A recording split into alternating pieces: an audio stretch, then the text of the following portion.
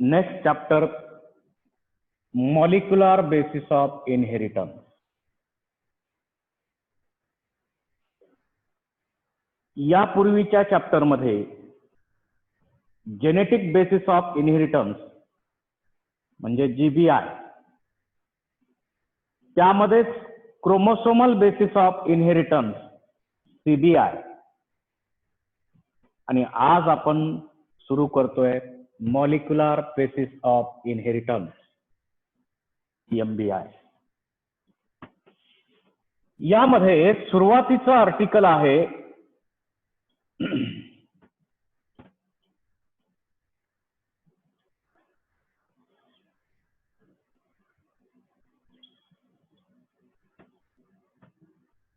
Identification of genetic material.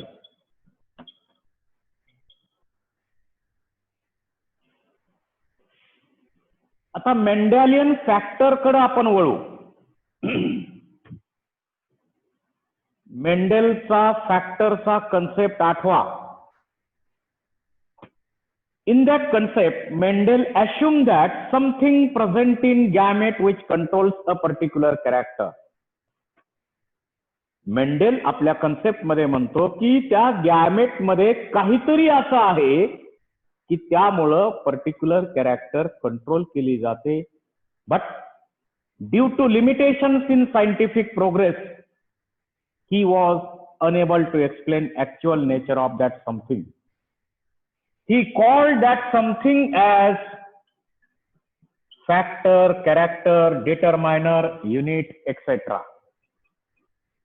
म्हणजे Mendelian जेनेटिक्सचा विचार केला तर कॅपिटल टी हा फॅक्टर आहे. कोणाचा? Factor of tall. Small T is a factor of dwarf.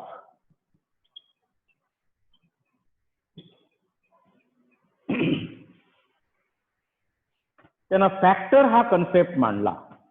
पण त्यांनी बाकीच्या सायंटिस्टना हे पण सांगून दिलं की या गॅमेट मध्ये काहीतरी असं आहे की त्यामुळं पर्टिक्युलर कॅरेक्टर कंट्रोल केली जाते.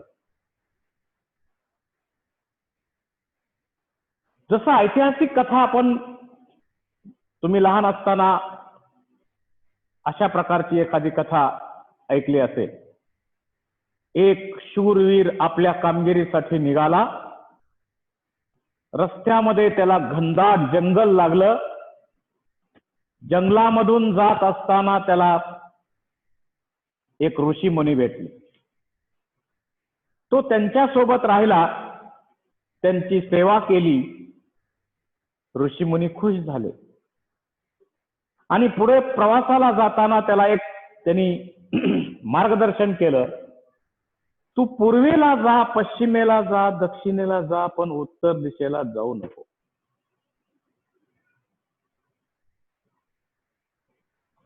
तो शूरवीर पुढे जाताना काय विचार करतो? पूर्वेचा विचार करतो का? नाही. पश्चिमेचा विचार करतो का? नाही. दक्षिणेचा विचार करतो का? नाही. मला उत्तर दिशेला का जाऊ नका म्हटले, याचा विचार त्याच्या मनात येतो आणि नेमका तो उत्तर दिशेला जातो. तिथं काय त्याला समजा मॅजिक काय महाल भेटत असेल, महालात काही त्याला राजकन्या भेटत असेल, जे काय असेल ती पुढची स्टोरी काही गरजेची नाही. म्हणजे त्या ऋषी मुनींनी त्याला फक्त त्याला इंडिकेट करायचं होतं की तू उत्तर दिशेला जा. परंतु डायरेक्ट तसं न करता त्यांनी वेगळ्या पद्धतीनं सांगितलं. तेच काम मेंडेलनी केलेलं आहे. Mendel assumed that something present in gamete which controls a particular character. त्या गॅमेट मध्ये काहीतरी असं आहे की त्याच्यामुळं पर्टिक्युलर कॅरेक्टर कंट्रोल केली जाते. एवढं मेंडेलनी सांगितलं. जसं इथं एखादा बॉक्स ठेवला आणि बॉक्स मध्ये काहीतरी आहे, कुणी अजिबात इकडे लक्ष द्यायचं नाही, हात लावायचा नाही असं म्हटल्यानंतर माझ्या टीचिंग कडे तुमचं लक्ष लागणार नाही. या बॉक्स मध्ये नेमकं काय आहे त्याच्याकडे सर्वांचं लक्ष वेधलं जाईल. त्याप्रमाणे something present in gamete which controls a particular character हे स्टेटमेंट फ्युचर स्टडीसाठी अतिशय महत्वाचं आहे. त्यांनी सांगितलं या गॅमेट मध्ये काहीतरी आहे, म्हणजे साहजिकच नेक्स्ट जनरेशनचे जे सगळे सायंटिस्ट असतील ते कशासाठी इंटरेस्टेड असतील? To find out that something. To find out that something. त्या गॅमेट मध्ये नेमकं काय आहे हे फाइंड आउट करण्याचा अनेक सायंटिस्टनी प्रयत्न केला आणि त्यातूनच जीन ही संकल्पना आली. The term gene was used by Johnson. सुरुवातीला जीन ही टर्म जॉन्सन नावाच्या सायंटिस्टनं वापरली. What is gene? Gene is a segment of DNA, fragment of DNA, piece of DNA which controls a particular character. हा डीएनएचा असा तुकडा आहे की ज्याच्यामुळं एक पर्टिक्युलर अशी कॅरेक्टर कंट्रोल केली जाते. त्याला आपण जीन म्हणतो. कुठं असतात जीन्स? आता आपल्याला माहिती आहे. They are located on chromosome in linear fashion. Linear fashion हे जीन्स अरेंज केलेले असतात. याबद्दल आपल्याला ऑलरेडी या पूर्वीच्या चॅप्टर मध्ये माहिती मिळालेलीच आहे. Gene is a unit of cistron. म्हणजे एखादी कॅरेक्टर कंट्रोल करायची असेल तर त्याचं फंक्शनल युनिट म्हणजे सिस्ट्रॉन हे पण जीन मध्येच आहे. It is a unit of mutation. म्हणजे म्युटेशन म्हणजे काय? Sudden change in genetic material. Genetic मटेरियलचा जो सिक्वेन्स तिथं जेनेटिक कोडचा सिक्वेन्स त्यामध्ये आहे, त्या जेनेटिक कोडच्या सिक्वेन्स मध्ये जर अचानक काही बदल झाला तर त्याला आपण म्हणतो म्युटेशन. जसं आपला मोबाईल नंबर आहे, त्या मोबाईल नंबर मध्ये जे क्रमानं डिजिट दिलेले आहेत ते डिजिट जर डायल केले तरच पर्टिक्युलर पर्सनला तुम्हाला कॉन्टॅक्ट करता येईल. त्याच्यापैकी एखादं डिजिट जर चुकलं डायल करताना तर तुम्हाला कन्सर्न पर्सनला कॉन्टॅक्ट करता येणार नाही. तिथं मिस्टेक होणं म्हणजे कोड बदलणं. तशा प्रकारे जेनेटिक मटेरियल मध्ये अचानक होणारे बदल म्हणजे mutation. So it is a unit of mutation also. and it is a unit of recombination.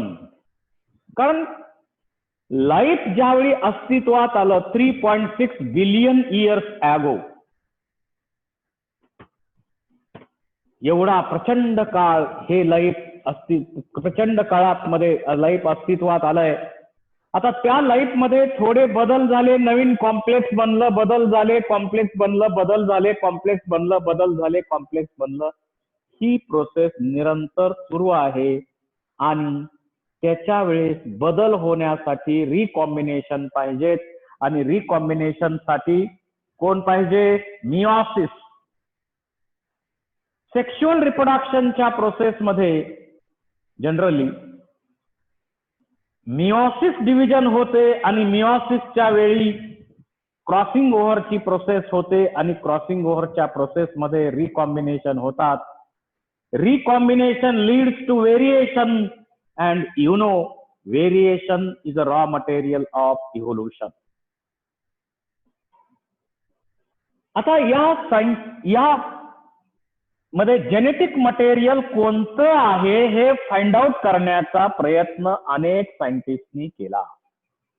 अनेक सायंटिस्टनी प्रयत्न केलेला आहे to find out what is the actual nature of something. आणि मग याच्यासाठी अनेक एक्सपेरिमेंट केले गेले to find out the genetic material. कारण आपल्याला माहिती आहे आपण क्रोमोसोमचं स्ट्रक्चर ऑलरेडी स्टडी केलेलंच आहे. त्या क्रोमोसोम मध्ये प्रोटीन्स आहेत, प्रोटीन मध्ये डीएनए आहे, तिथं आरएनए सुद्धा आहे आणि तिथं लिपिड सुद्धा आहे.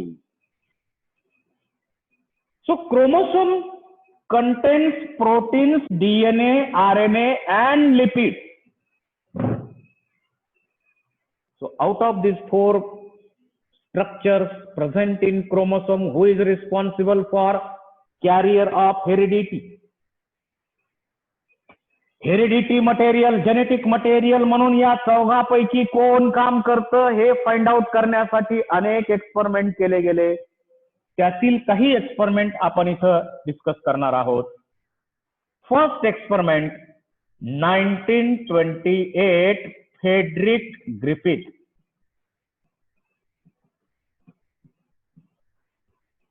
फ्रेडरिक ग्रिफिथ हा इंग्लिश बॅक्टेरियोलॉजिस्ट होता. English bacteriologist. त्यांनी त्याच्या एक्सपेरिमेंट साठी काय सिलेक्ट केलं? डिप्लोकॉकस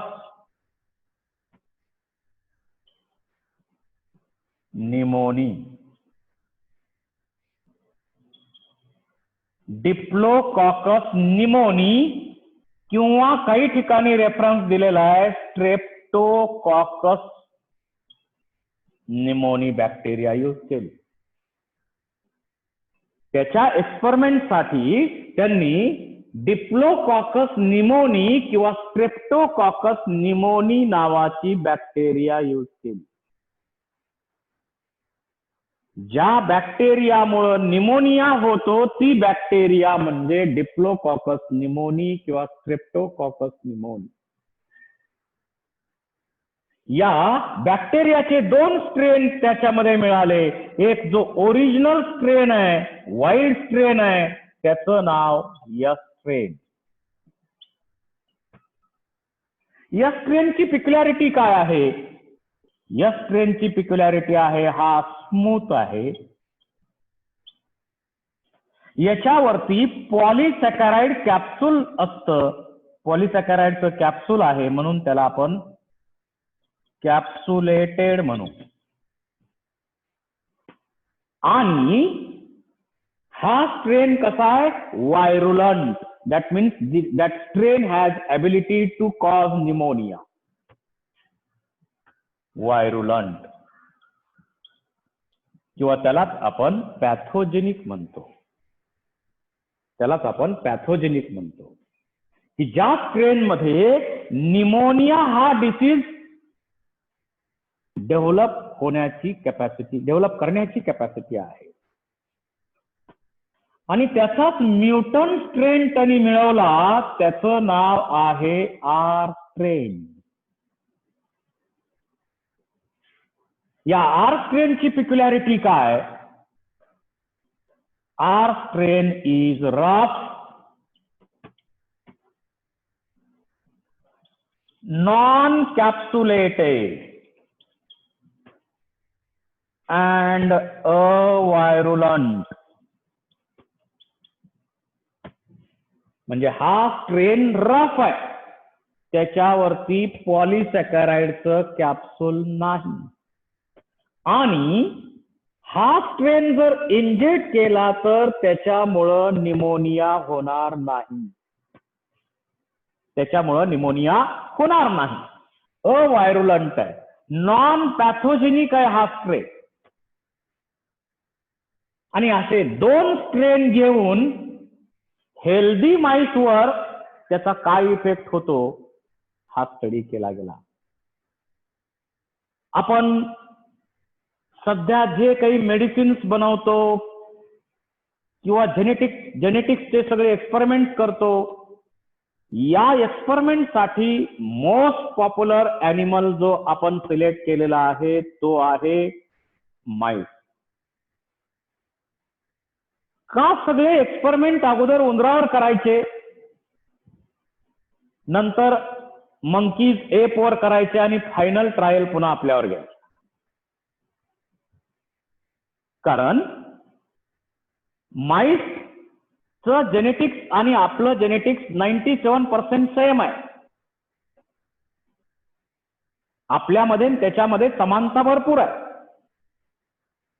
मल्टिप्लिकेशनचा रेट फास्ट आहे आणि म्हणून त्याचा वापर केला जातो एक्सपेरिमेंटसाठी सुरुवातीला. कारण सगळ्याच ट्रायल जर फक्त डायरेक्ट माणसावर घेतल्या असत्या तर निम्म पॉप्युलेशन ट्रायल मध्ये गेलं असतं. आणि म्हणून ट्रायलसाठी सुरुवातीला एक्सपेरिमेंटसाठी माईसचा वापर केला जातो आणि मग त्याच्यानंतर सक्सेसफुल झाल्यावर मग आपण एप यांचा यूज करतो आणि फायनल ट्रायल्स मग ह्युमन वरती घेतल्या जातात. तसं यांनी सुद्धा एक्सपेरिमेंट जे केले ते माईसचा वापर करूनच केलेले आहेत. त्यांनी काय केलं, पहिल्या एक्सपेरिमेंट मध्ये when he injected a strain in healthy mice,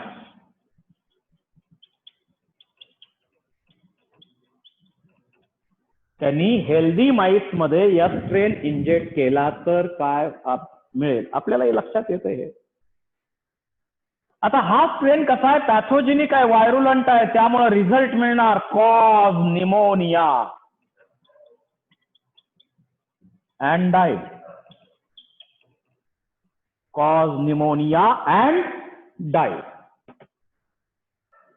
त्यानंतर सेकंड एक्सपेरिमेंट मध्ये त्यांनी काय केलं, he injected R strain into healthy माइस.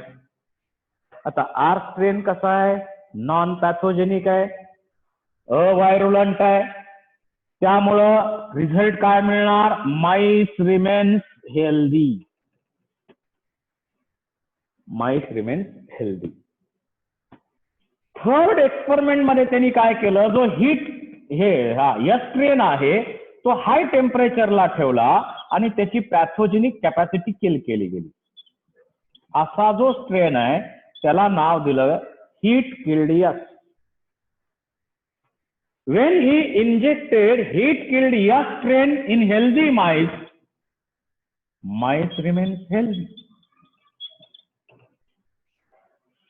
तो नॉर्मल राहिला उंदीर. आणि फोर्थ एक्सपेरिमेंट मध्ये बघा, heat killed S plus R strain या दोघांचं मिक्सचर इंजेक्ट केलं. एक्सपेक्टेड रिझल्ट काय बघा, हीट किल्ड यस स्वतंत्रपणे इंजेक्ट केला तर माईस कसा राहिला, हेल्दी. आर स्ट्रेन स्वतंत्रपणे इंजेक्ट केलाय, माईस रिमेन्स हेल्दी. पण या दोघांचं मिक्सचर इंजेक्ट केलं तर काय अपेक्षित आहे result, mice must be healthy. पण असं घडलं नाही. रिझल्ट मिळाला cause pneumonia and die. Cause pneumonia and die. मग हा रिझल्ट जो मिळाला तो अपेक्षित मिळाला का, नाही, अनएक्सपेक्टेड रिझल्ट आहे. मग हा अनएक्सपेक्टेड रिझल्ट कसं काय मिळाला ते चेक करण्यासाठी हा जो डेड माईस आहे त्या डेड माईसचं ब्लड इस्टिमेट केलं,